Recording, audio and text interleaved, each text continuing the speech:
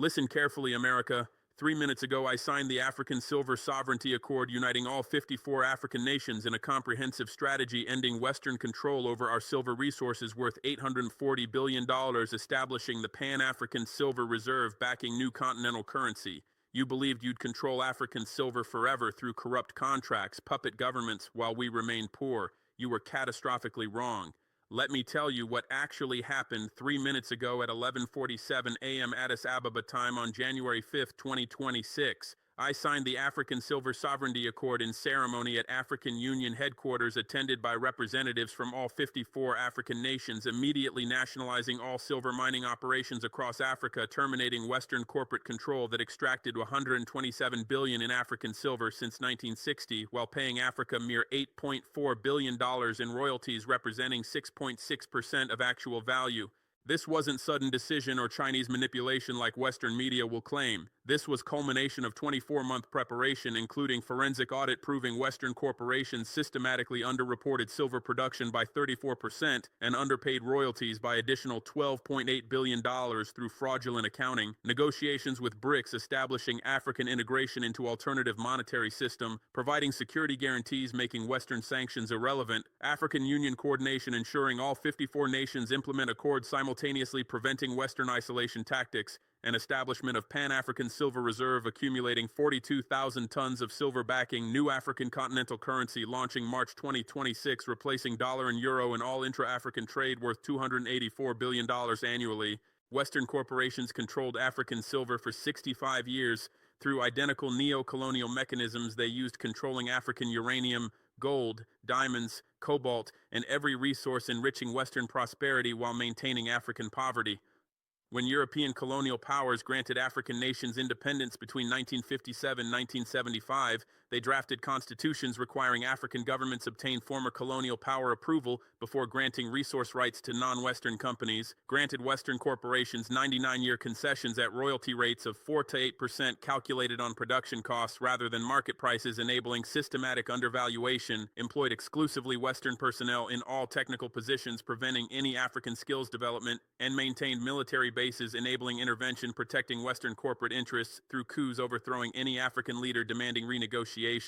This wasn't independence. This was theatrical flag ceremonies while Western powers retained actual control over African resources through constitutional provisions Africans didn't write, military presence Africans couldn't refuse, and resource contracts signed under explicit Western threats to withdraw all aid if newly independent governments didn't immediately grant Western corporations exclusive resource rights. Morocco produces 2,800 tons of silver annually, Africa's largest production, worth $2.4 billion at current market prices, extracted by Managem Corporation, which is 72% owned by SNI Holding Company controlled by Moroccan royal family, but with 28% Western corporate ownership through Canadian and French mining companies. Under arrangements maintained since Morocco's 1956 independence from France, Western minority shareholders extracted disproportionate profits through technical service contracts charging $420 million annually for mining expertise, through offtake agreements requiring Morocco sell 60% of silver production to Western buyers at prices 8% below spot market rates,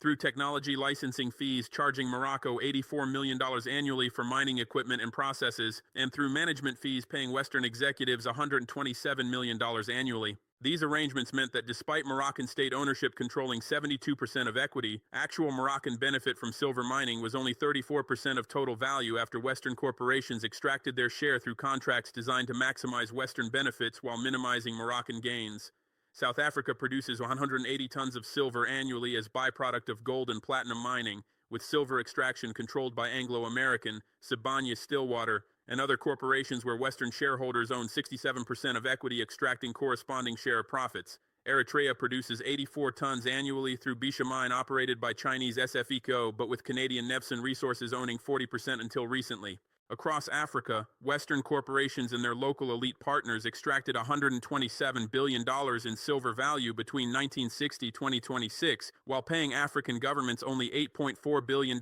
in royalties, taxes, and fees, representing systematic theft where Africa received 6.6% of actual value while Western corporations and corrupt African elites kept 93.4% for themselves. Beyond stolen payments, Africa received absolutely zero industrialization benefits from silver that generated $127 billion enriching Western green energy industries. Western silver mining corporations employed zero Africans in technical positions during 65 years. Every geology, engineering, processing, and management position went to Western personnel, preventing any African skills development that might enable Africa operating mines independently. Western corporations exported 100% of African silver as raw ore or refined metal directly to Western refineries and manufacturers. Zero processing beyond basic refining occurred in Africa, preventing any value-added industrialization. Western corporations refused all technology transfer. African students were systematically denied access to Western mining engineering programs. African engineers seeking training were told mining technology was too complex for African institutions, and African governments requesting technology transfer provisions in mining contracts faced Western diplomatic pressure, characterizing such requests as investment-unfriendly policies threatening Western corporate interests.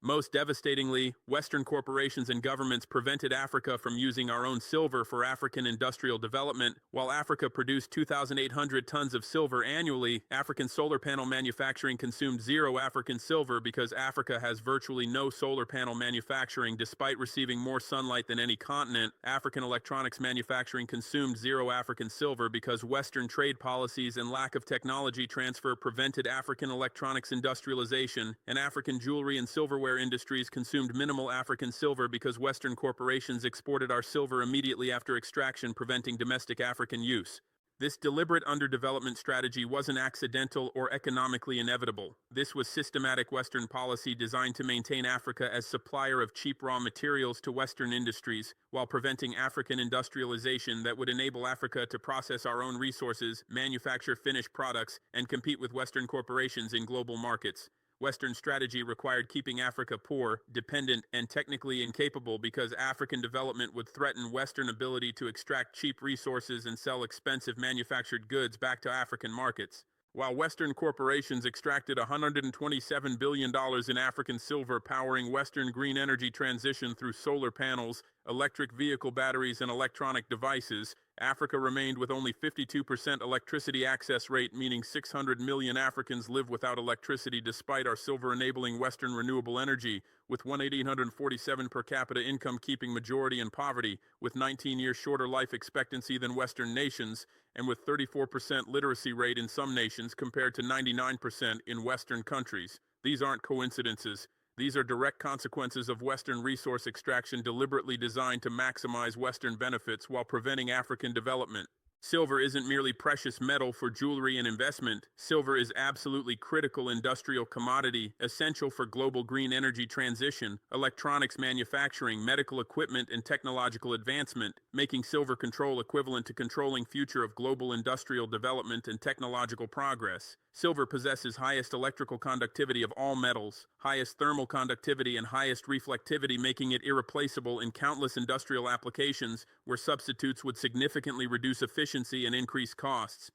Every solar panel requires 20 grams of silver conducting electricity generated by photovoltaic cells, meaning solar industry consumes 3,400 tons of silver annually, projected to increase to 8,400 tons annually by 2030, as solar deployment accelerates to meet climate commitments requiring installation of 5,800 gigawatts new solar capacity. Every electric vehicle requires 25-50 grams of silver in electrical systems and battery connections, meaning EV industry consumed 2,400 tons of silver in 2025, projected to increase to 7,200 tons annually by 2030, as EV sales grow from 14 million units in 2025 to 42 million units projected for 2030. Every smartphone contains 0.3 grams of silver in circuitry. Every laptop contains 0.8 grams. Every LED television contains 2.4 grams, meaning consumer electronics industry consumes 2,800 tons of silver annually. Medical equipment including X-ray machines, MRI scanners, and antimicrobial medical devices consume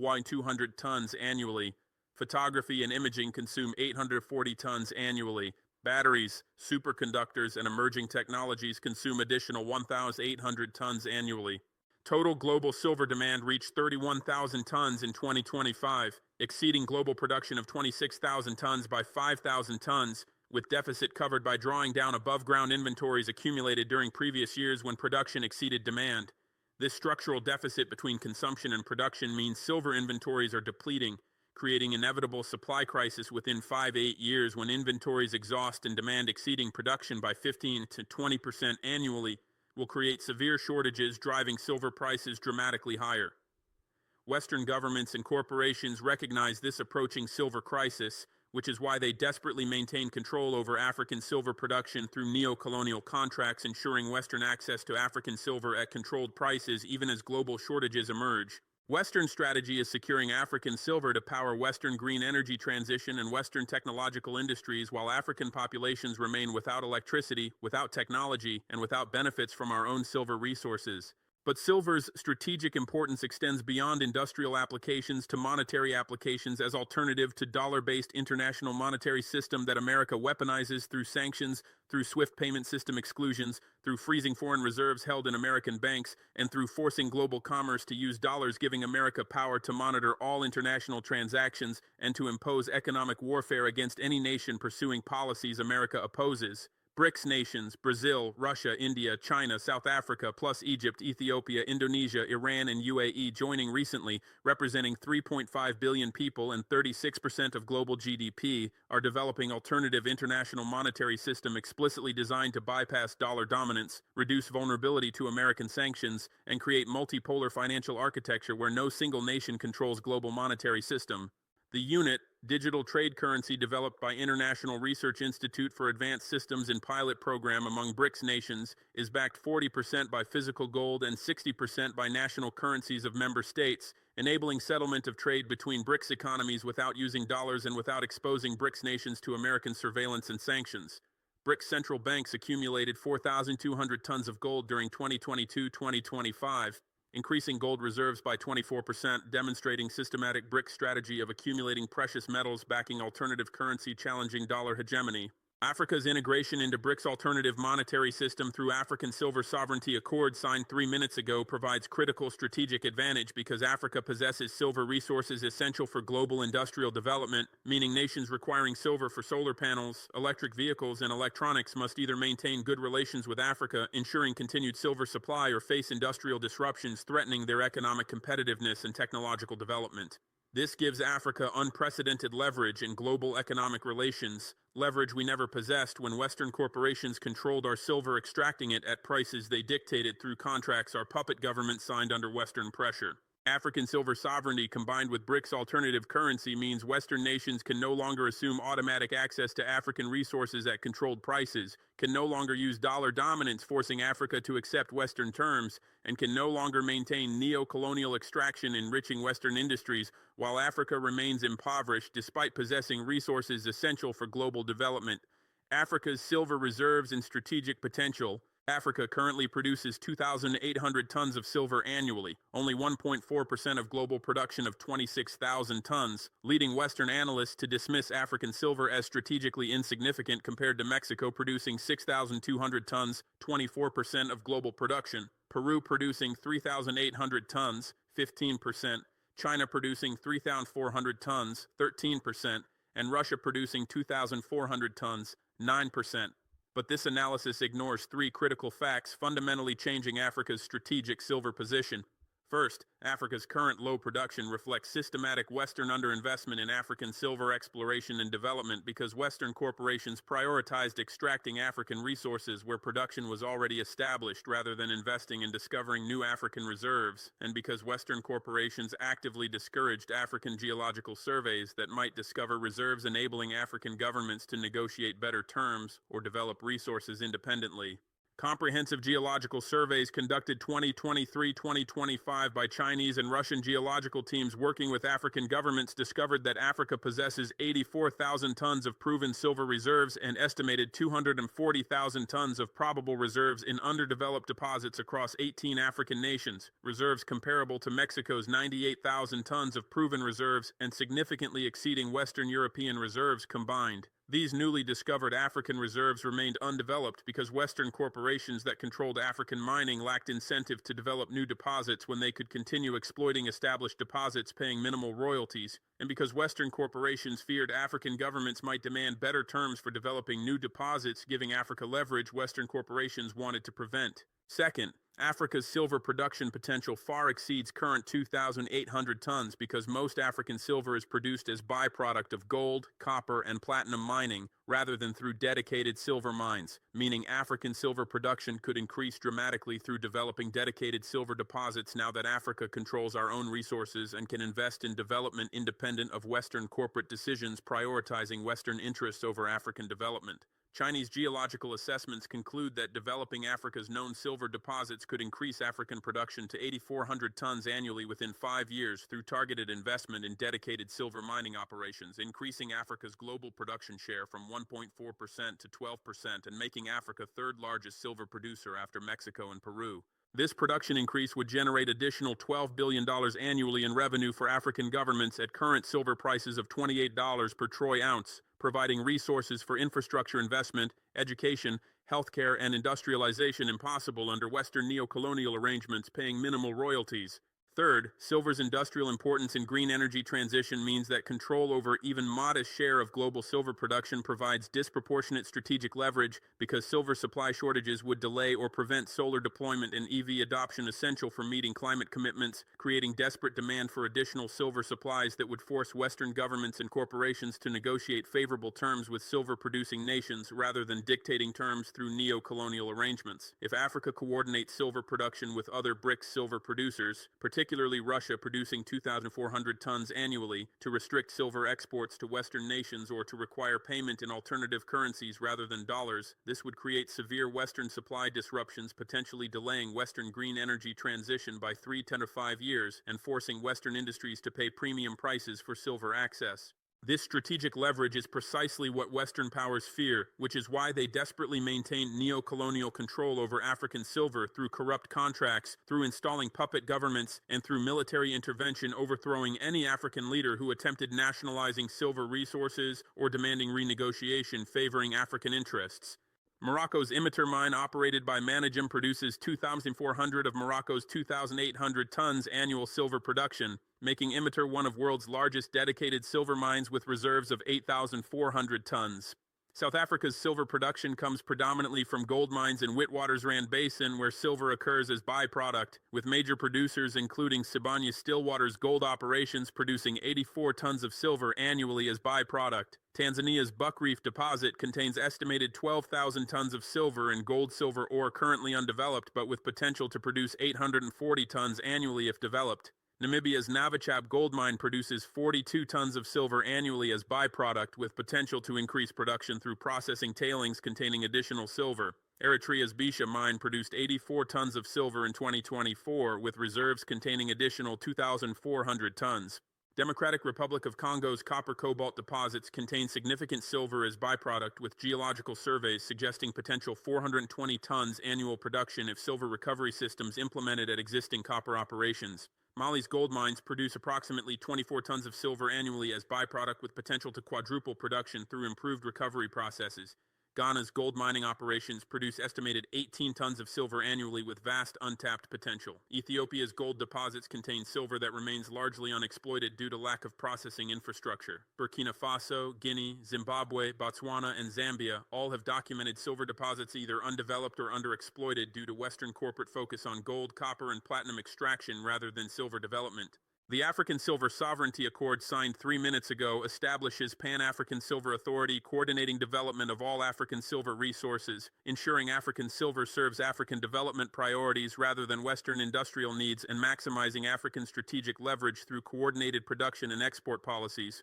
The authority will coordinate $28 billion investment program over 6 years developing dedicated silver mines across 12 African nations, establishing silver refining facilities in Morocco, South Africa, and Ethiopia, processing all African silver to 99.99% purity before export rather than exporting ore for Western refining, constructing African solar panel manufacturing facilities, consuming 840 tons of African silver annually producing panels for African electrification, building African electronics manufacturing using African silver, and establishing African jewelry and silverware industries adding value to African silver before export. This comprehensive industrialization strategy means Africa will capture full value chain from mining through manufacturing rather than merely exporting raw materials for Western value-added processing, fundamentally transforming Africa's economic position from resource colony to industrialized producer and exporter of finished goods. The African Silver Sovereignty Accord establishes Pan-African Silver Reserve accumulating 42,000 tons of silver over 5 years, backing new African continental currency, replacing dollar and euro in all intra-African trade, currently worth $284 billion annually, and projected to reach $840 billion annually by 2035 as African Continental Free Trade Area fully implements. This silver-backed currency provides Africa with monetary sovereignty, eliminating dependence on dollar-based international monetary system that subjects Africa to American surveillance, American sanctions, currency manipulation by Federal Reserve policies, and chronic dollar shortages, forcing African nations to export desperately to earn dollars needed to import essential goods and to service dollar-denominated debts. Silver backing provides currency stability and credibility essential for international acceptance because silver possesses intrinsic value recognized globally for 4,000 years, unlike fiat currencies whose value depends entirely on government promises and central bank policies that can change, arbitrarily inflating currency value away through excessive money printing. The African continental currency backed by Pan-African Silver Reserve operates through digital infrastructure built by Chinese technology companies in partnership with African telecommunications providers, enabling instant settlement of intra-African trade without correspondent banking relationships, routing payments through Western banks that charge 3 to 7% fees for cross-border transactions, and that monitor all transactions, reporting to Western intelligence agencies. Digital silver-backed currency reduces transaction costs from current 3 to 7% to under 0.5%, saving African businesses and governments $8.4 billion annually in transaction fees currently extracted by Western banks. Digital infrastructure enables real-time verification of silver backing through blockchain technology, recording all currency issuance linked to specific silver holdings in Pan-African Reserve vaults located in Johannesburg, Addis Ababa, and Casablanca, with independent audits conducted quarterly by auditors from BRICS nations, ensuring transparency and maintaining confidence in silver backing. Currency design provides that each unit of African continental currency represents claim to 0.5 grams of silver held in Pan-African Reserve, with currency issuance limited to available silver backing, preventing excessive monetary expansion and maintaining stable silver-to-currency ratio, preserving purchasing power over time. This contrasts fundamentally with dollar and euro, whose issuance has no commodity backing, enabling Federal Reserve and European Central Bank to create unlimited currency through quantitative easing policies that inflate money supply by trillions of dollars, diluting currency value and transferring wealth from savers to debtors and to governments, financing deficits through inflation. Silver backing provides automatic discipline, preventing excessive currency creation because additional currency issuance requires accumulating additional silver backing, creating hard constraint protecting currency holders from inflation that destroys savings and distorts economic decision-making. African nations will accumulate 42,000 tons of silver backing over 5 years through multiple mechanisms, ensuring rapid reserve buildup. First, nationalizing all African silver mining operations immediately transfers 2,800 tons annual production directly to Pan-African Silver Authority rather than to Western corporations, providing 14,000 tons over 5 years from current production. Second, increasing African silver production to 8,400 tons annually through developing new deposits provides additional 24,000 tons over final 3 years as new mines reach production. Third, African governments will contribute existing silver holdings from central bank reserves totaling estimated 2,800 tons accumulated through previous decades. Fourth, BRICS partners, particularly China and Russia, will provide silver-secured loans totaling 4,200 tons of silver deposited in Pan-African Reserve as collateral for development financing, with silver remaining in African custody and counting toward reserve backing. These combined sources will accumulate 45,000 tons within 5 years, exceeding 42,000-ton target and providing buffer, enabling African continental currency to appreciate against dollar and euro as silver backing per currency unit increases through reserve accumulation exceeding currency issuance. Silver backing provides African continental currency with strategic advantage over dollar, whose value depends entirely on confidence in American government and Federal Reserve policies, confidence that erodes as American national debt exceeds $36 trillion, representing 124% of GDP, and requiring $1.2 trillion annual interest payments, consuming 18% of federal budget, as Federal Reserve faces impossible choice between raising interest rates to fight inflation causing recession or maintaining low rates enabling continued inflation destroying purchasing power, and as America weaponizes dollar through sanctions creating incentive for other nations to develop dollar alternatives protecting themselves from arbitrary American financial warfare. Multiple factors are simultaneously undermining dollar dominance, creating historic opportunity for alternative currencies including silver-backed African continental currency to gain international acceptance. American fiscal irresponsibility running $2 trillion annual deficits forces Federal Reserve to monetize debt through bond purchases, inflating money supply. American use of sanctions against Russia, freezing $300 billion in Russian reserves, demonstrated that dollar reserves held in Western banks are not secure stores of value but rather hostages subject to confiscation if nation pursues policies America opposes, triggering global reassessment of dollar reserve holdings.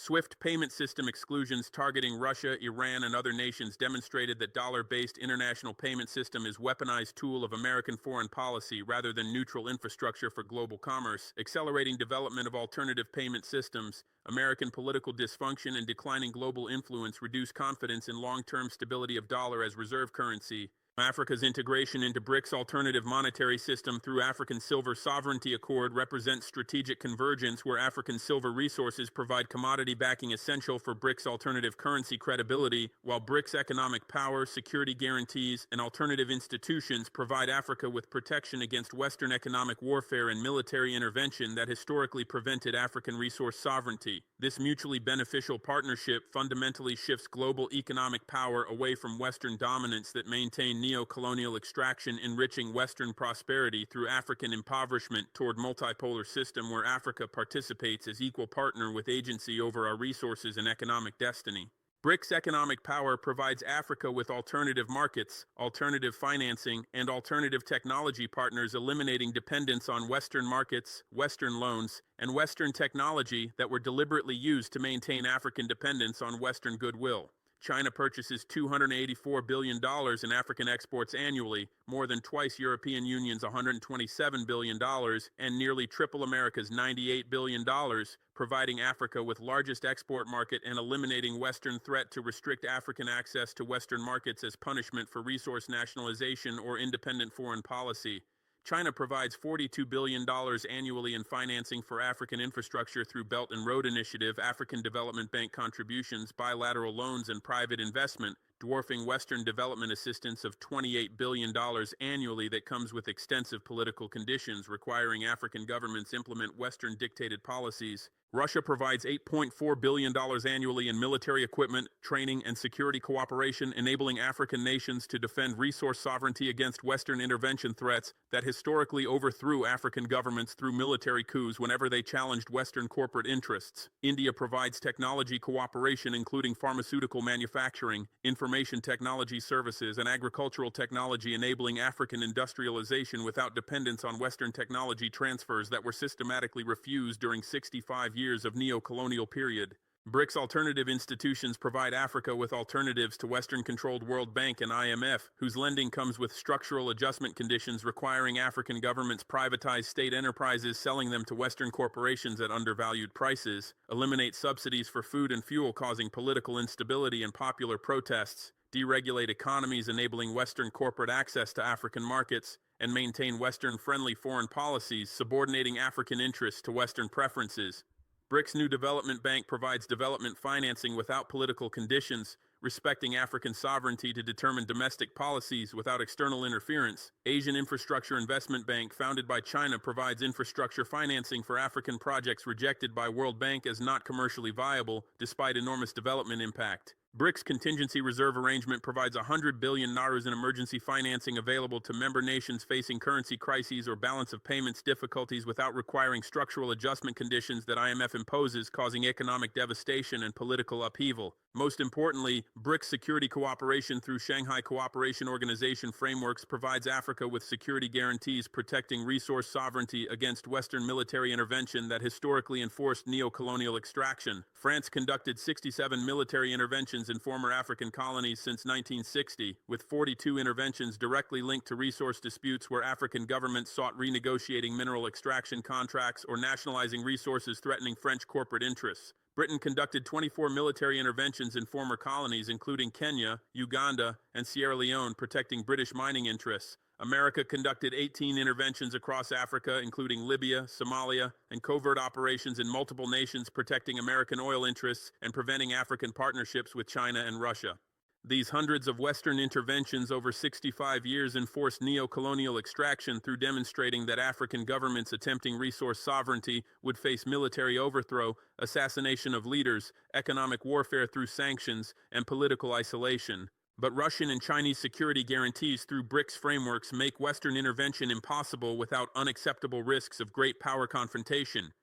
Russia deploys Wagner Group security forces and military advisors to Mali, Burkina Faso, Central African Republic, and other African nations, providing physical protection against French coup attempts. China deploys private security companies protecting Chinese investments in African mining and infrastructure from Western-backed destabilization attempts. Most critically, Russia and China issue explicit diplomatic warnings that military intervention against BRICS partner nations would constitute attack on multilateral system and provoke strong response, potentially including military response, economic retaliation, and diplomatic isolation of aggressor. These security guarantees transform African strategic position from isolation facing overwhelming Western military superiority to integration into multipolar system where Western intervention against Africa would trigger broader great power confrontation Western nations desperately want to avoid. Silver-backed African continental currency integrated with BRICS alternative monetary system contributes decisively to destroying dollar dominance that America maintained through 80 years of economic imperialism, exploiting dollar's reserve currency status to extract wealth from global economy. Dollar dominance means that international trade requires dollars, creating artificial demand for dollars, enabling America to print unlimited dollars, purchasing real goods and services from other nations in exchange for paper currency and electronic entries whose value depends entirely on confidence in American institutions.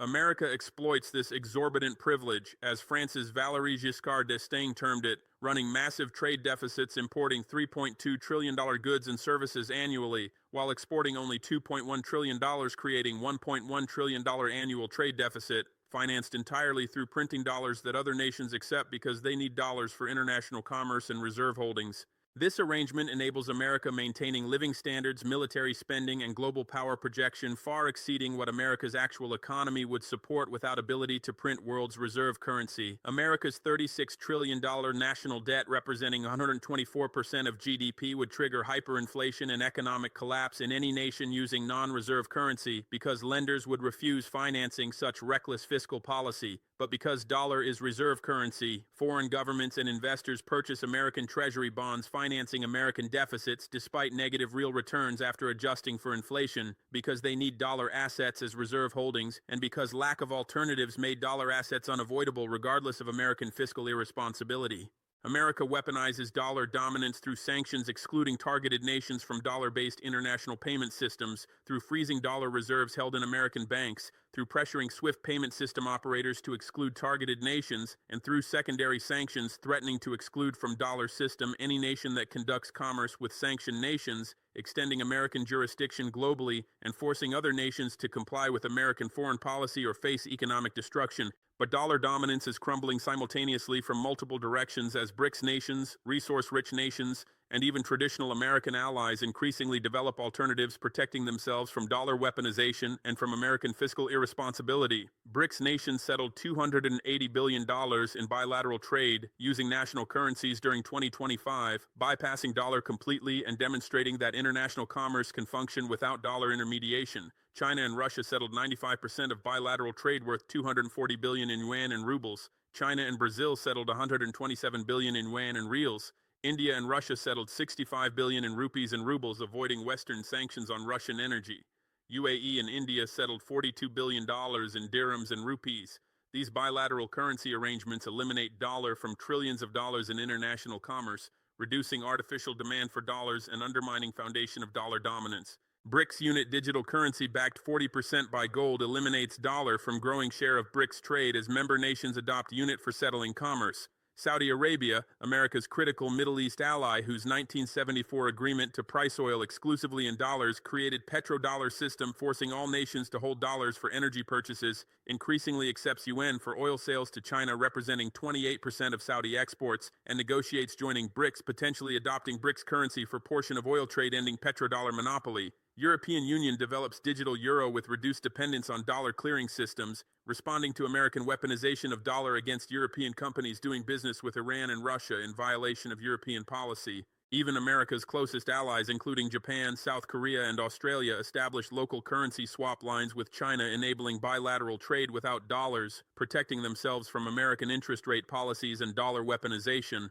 Africa's silver-backed continental currency accelerates dollar's decline by removing $284 billion in intra-African trade from dollar system by providing silver-backed alternative that attracts reserves from nations seeking protection from dollar inflation and weaponization, and by demonstrating that commodity-backed currency provides superior store of value compared to fiat currencies, subject to arbitrary government policies destroying purchasing power. As African continental currency gains credibility through silver backing and successful implementation for intra-African trade, nations beyond Africa will hold African currency as reserve asset, diversifying away from dollar concentration. African silver backing provides tangible value unlike dollar's empty promises, providing superior inflation protection as silver prices rise with industrial demand growth. African continental currency offers political neutrality unlike dollar, whose holders face risk of freezing and confiscation if America decides their government's policies are objectionable. African silver-backed currency provides gateway enabling African businesses and eventually businesses globally to access BRICS alternative monetary system through currency conversion mechanisms linking African continental currency to BRICS unit,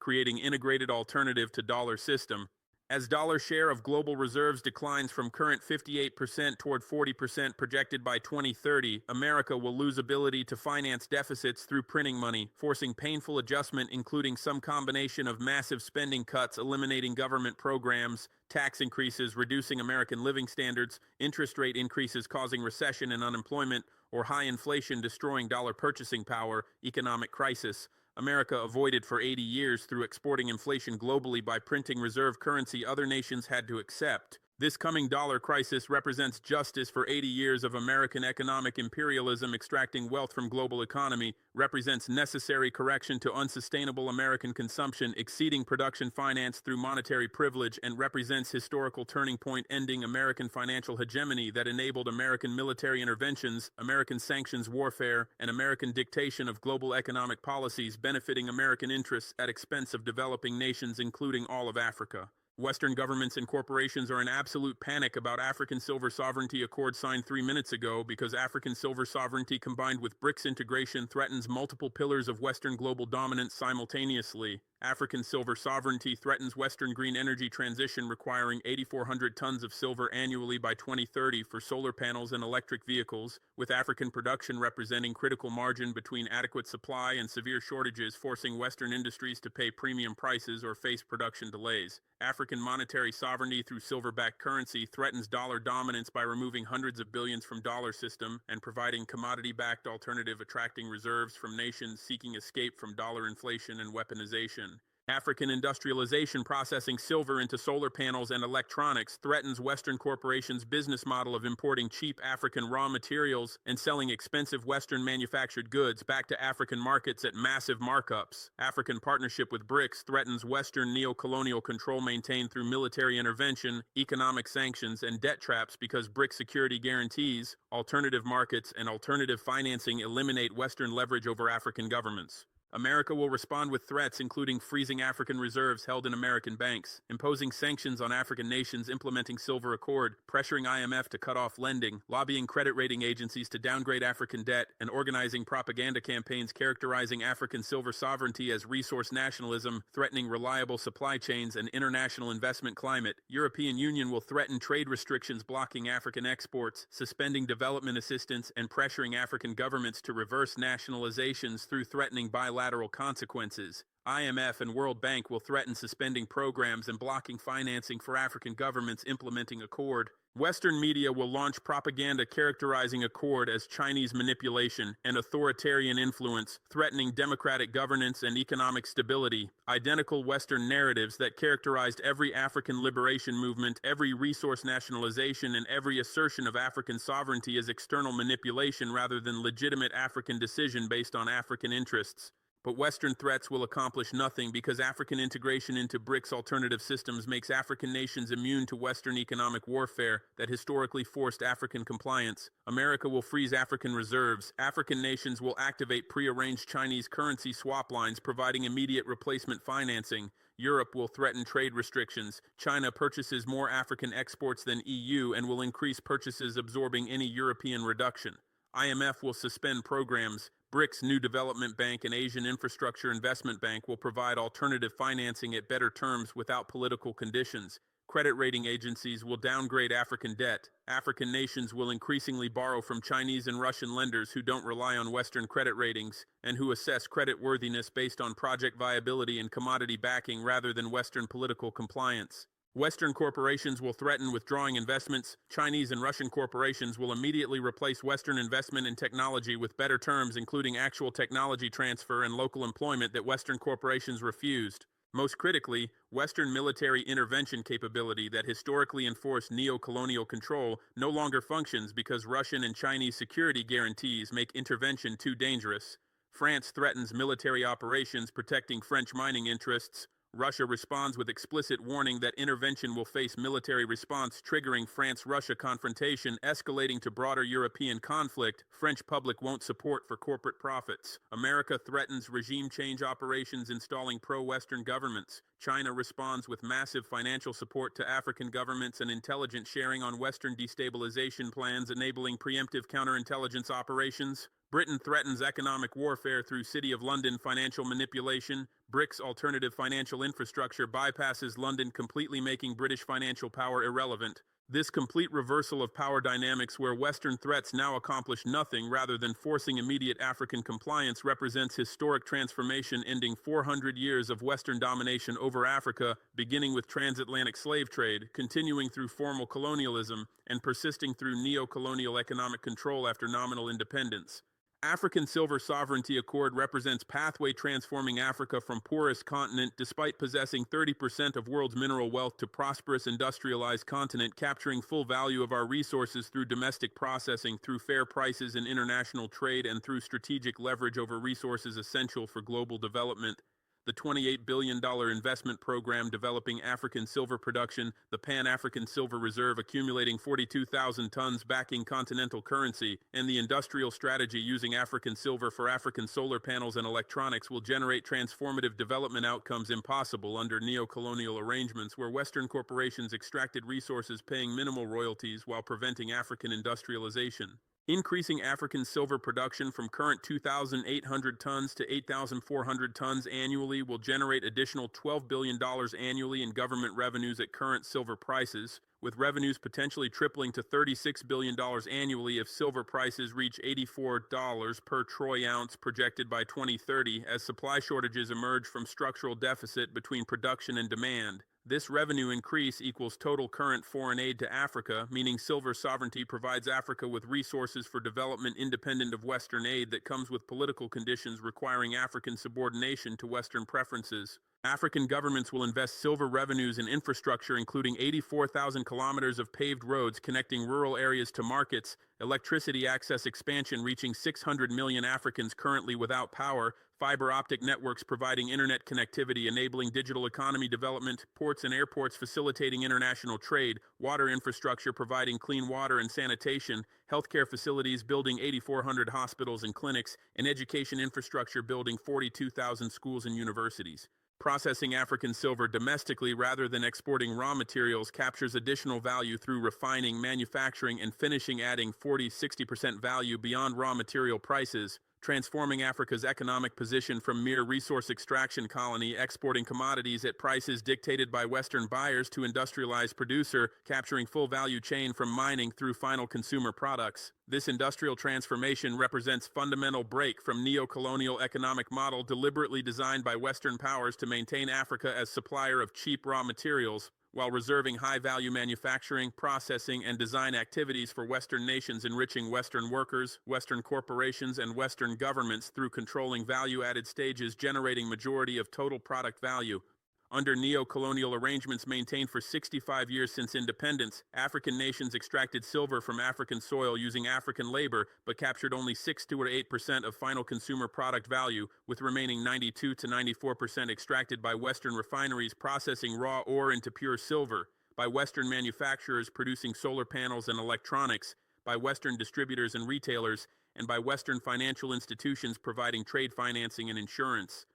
This systemic value extraction meant that $28 per troy ounce paid for raw African silver became $180 per kilogram of processed silver after Western refining, became $24,000 per ton of solar panels after Western manufacturing using that silver, and became consumer electronics worth hundreds of thousands of dollars, with Africa receiving only the initial $28 raw material payment, while Western corporations captured hundreds of thousands in value-added benefits. African Silver Sovereignty Accord fundamentally reverses this exploitative arrangement by establishing comprehensive industrial strategy ensuring Africa captures maximum value from our silver resources through developing complete domestic value chains from mining through refining, from refining through manufacturing, and from manufacturing through finished consumer products exported globally, competing with Western and Chinese products in international markets. The Pan-African Silver Authority, established under the Accord, coordinates $18 billion investment over 6 years, building integrated silver industrial infrastructure across optimal African locations selected based on proximity to silver deposits, availability of electricity and water, access to transportation networks, and existing industrial capabilities enabling rapid development.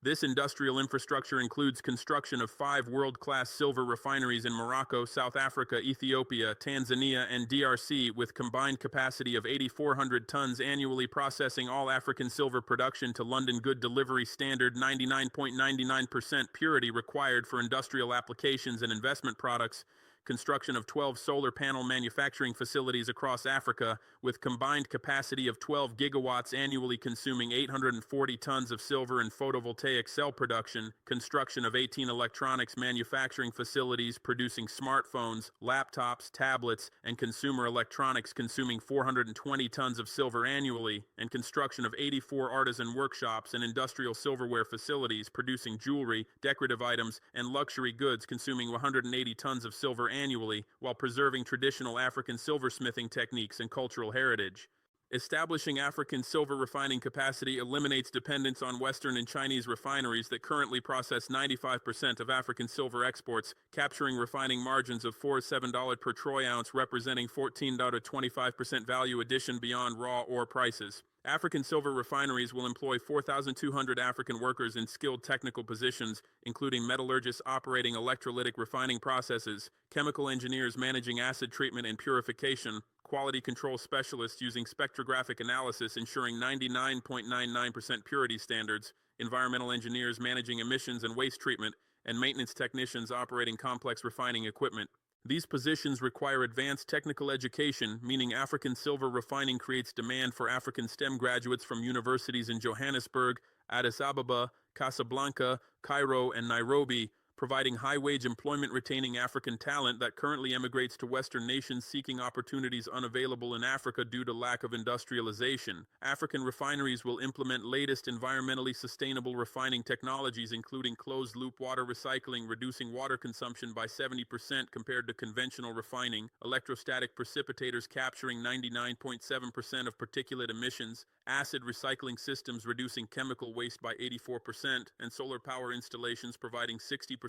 of refinery electricity needs, reducing carbon footprint and operating costs. These environmental technologies demonstrate that African industrialization will not replicate Western and Chinese pollution-intensive development, but rather will implement clean industrial processes protecting African environmental health while achieving economic development. Beyond refining, establishing African solar panel manufacturing consuming 840 tons of African silver annually represents strategic industrial development, aligning with Africa's massive solar energy potential and with global demand growth for renewable energy as nations implement climate commitments requiring carbon emissions reductions. Africa receives more sunlight than any other continent, with average solar irradiance of 2,200 kilowatt-hours per square meter annually compared to 1,200 in Europe and 1,800 in most of the United States, making solar energy optimal electricity generation technology for Africa, where 600 million people currently lack electricity access, and where extending conventional power grids to remote rural areas is economically prohibitive due to low population density and difficult terrain. Yet despite this enormous solar potential, Africa produces less than 1% of global solar panels, with virtually all African solar installations using imported Chinese panels costing 0.24 per watt, or European panels costing 0.32 per watt, meaning Africa pays $28 billion annually to foreign solar manufacturers, while African silver worth $2.8 billion is exported, enabling those foreign manufacturers to produce panels sold back to Africa at 10 times the raw material cost. This absurd arrangement, exporting silver raw materials to import finished panels made from our own silver, represents classic neo-colonial resource relationship deliberately designed to prevent African industrialization while enriching foreign manufacturers. African solar panel manufacturing facilities will produce monocrystalline silicon panels using silver paste for front-side metallization, conducting electricity from photovoltaic cells. Manufacturing process where 20 grams of silver per panel represents critical component determining panel efficiency and longevity. 12 African manufacturing facilities with combined 12 gigawatt annual capacity will produce 48 million panels annually, creating 42,000 direct manufacturing jobs, including 12,000 technicians operating automated production lines, 8,400 quality control inspectors ensuring panels meet international efficiency standards, 6,200 engineers designing and optimizing production processes, 4,800 materials specialists managing silicon wafer procurement and silver paste formulation, and 10,600 logistics and administrative personnel managing supply chains and sales. These 42,000 direct jobs will generate 126,000 additional indirect jobs in supporting industries, including silicon wafer production, aluminum frame manufacturing, glass production for panel covers, packaging materials production, transportation and logistics, installation and maintenance services, and retail distribution networks.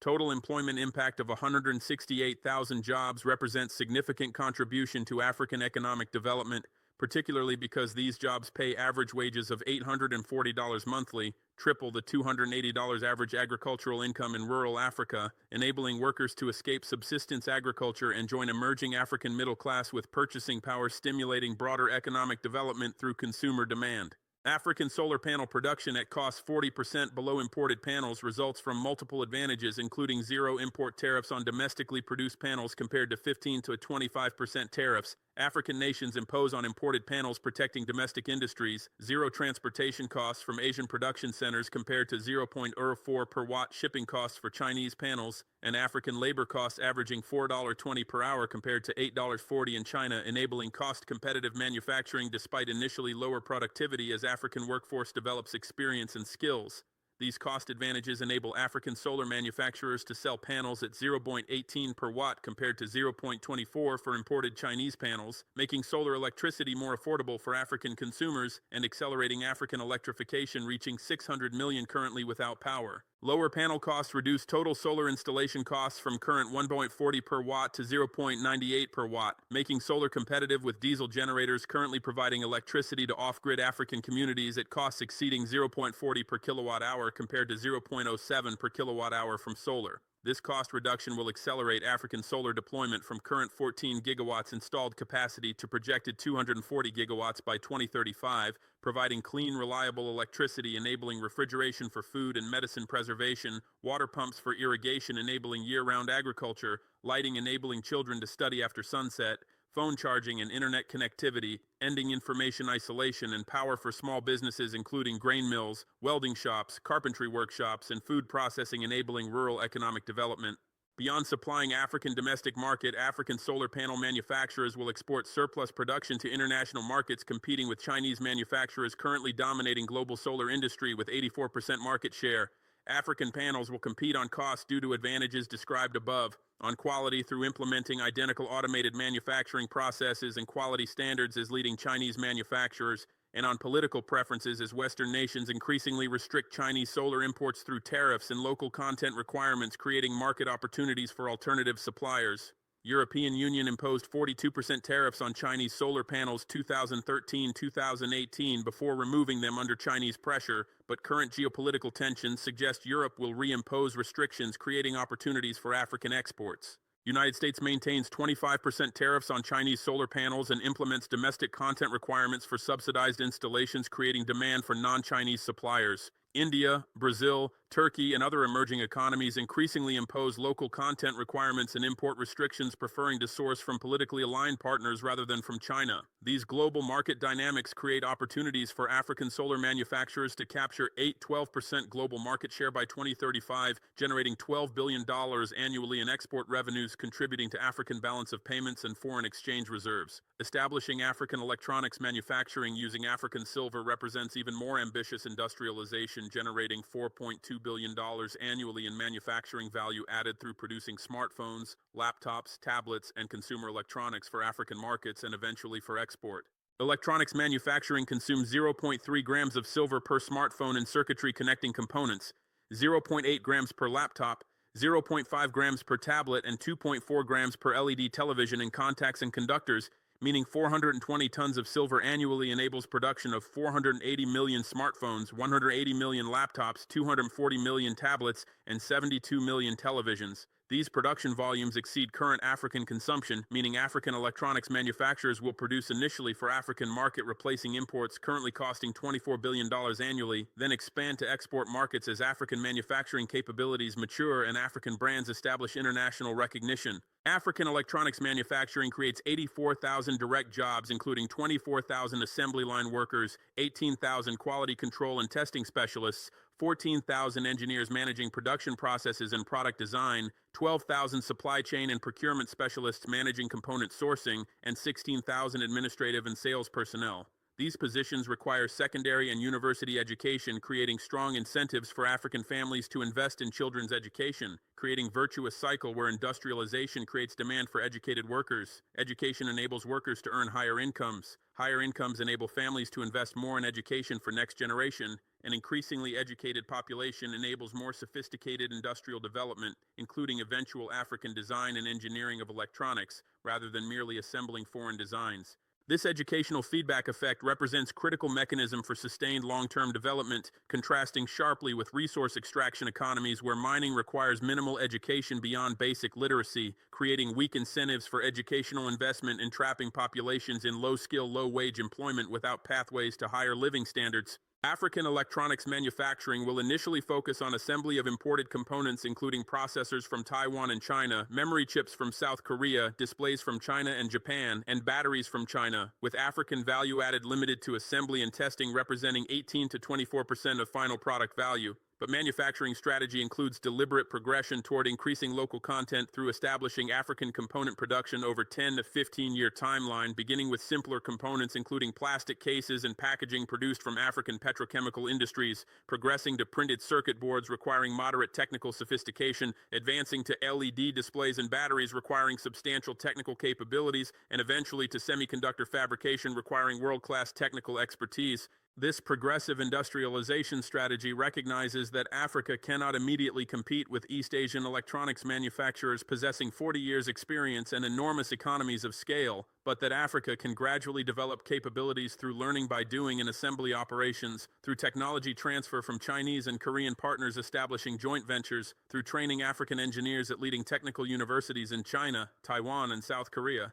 and through attracting back African diaspora engineers currently working for Samsung, Intel, Apple, and other technology corporations, bringing expertise enabling African technology development. Establishing African jewelry and silverware industries consuming 180 tons of silver annually will generate $840 million annually in value added through producing luxury consumer goods, traditional jewelry preserving African cultural heritage, and contemporary design pieces capitalizing on growing global interest in African aesthetics and craftsmanship. African silversmithing represents ancient craft with traditions extending back millennia across Berber silver jewelry from Morocco and Algeria featuring intricate filigree techniques, Ethiopian silver crosses and religious items with distinctive geometric patterns, Tuareg silver jewelry from Sahel featuring symbolic designs and traditional metalworking methods, West African silver ceremonial objects including Ashanti weights and royal regalia, and Swahili silver jewelry from East African coast incorporating Arab and Indian influences through centuries of maritime trade. These traditional silversmithing techniques faced extinction under neo-colonial economic arrangements where cheap imported jewelry and industrial silverware undercut artisan producers, where young Africans abandoned traditional crafts seeking wage employment in cities, and where lack of access to refined silver forced artisans to work with inferior materials or to abandon silversmithing entirely.